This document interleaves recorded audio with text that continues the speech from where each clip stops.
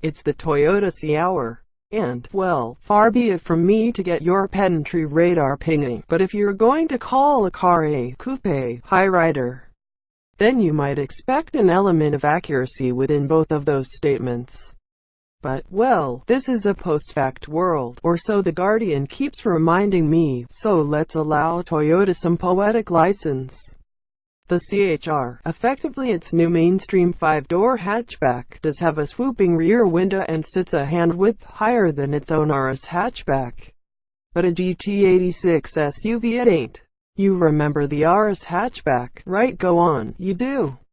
Replace the Corolla, competes against the Ford Focus, Volkswagen Golf, that sort of thing. No? Well, anyway, you can still buy one. Only not many people do, hence the requirement, I suppose, for something else.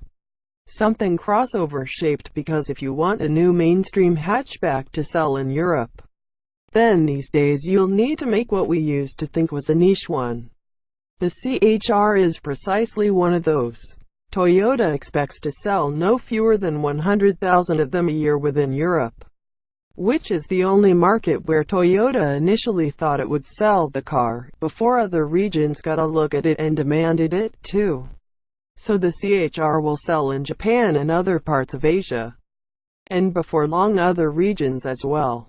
A crossover is, effectively, the new global family hatch, because it foresaw that although CO2 emissions are the factor that most affected new car legislation, that situation would not last forever. Air quality, particulates, nitrogen dioxide and so on are about to replace CO2 as the bigger concern facing legislation makers, despite the non-end to global warming fears. City dwellers trump polar bears, in other words. I suppose they have better lawyers. Be European, apparently, with our insatiable demand for nice things. That's where the design work has been done, and most of the chassis development, too.